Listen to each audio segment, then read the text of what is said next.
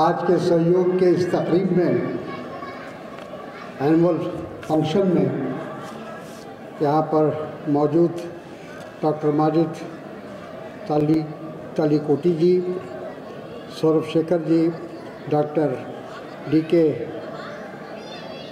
धुसिया जी, हिदायतुल्लाह साहब,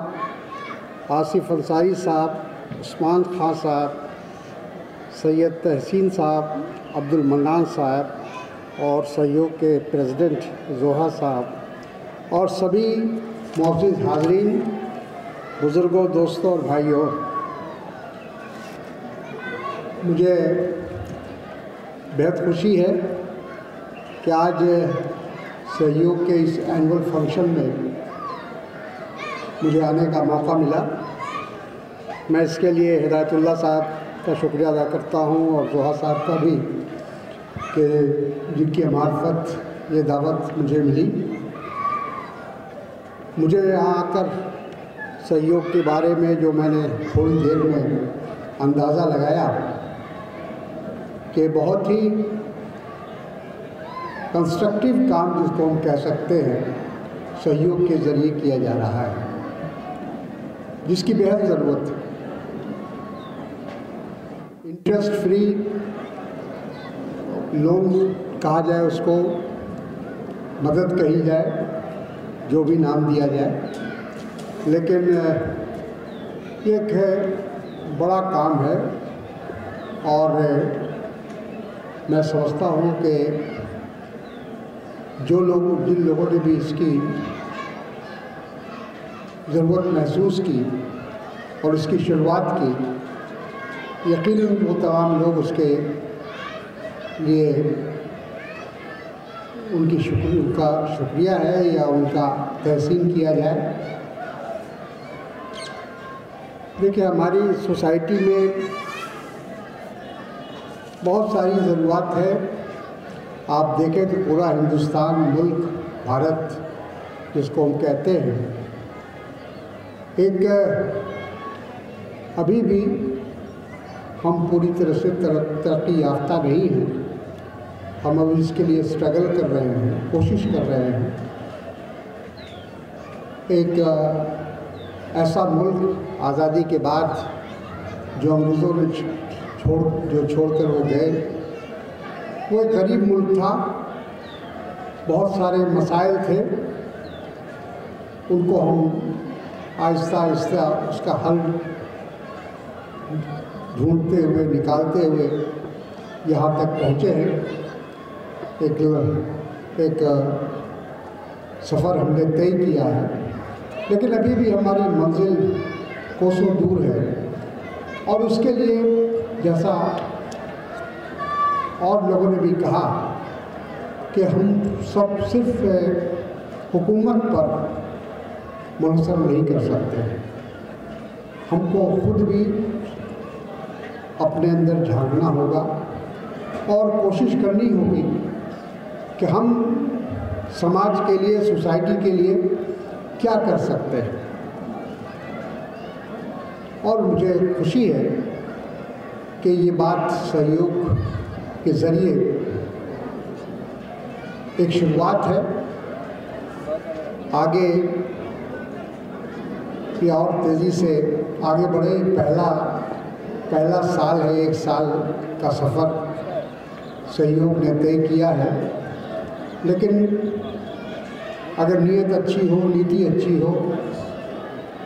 तो हम ऐसा मानते हैं कि आगे यकीनन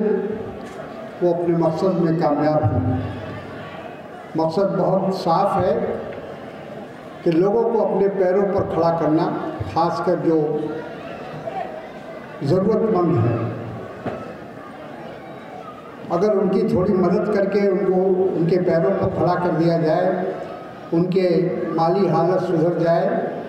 उनके बच्चों की सही ढंग से परवरिश हो जाए, उनको तालीम मिल जाए,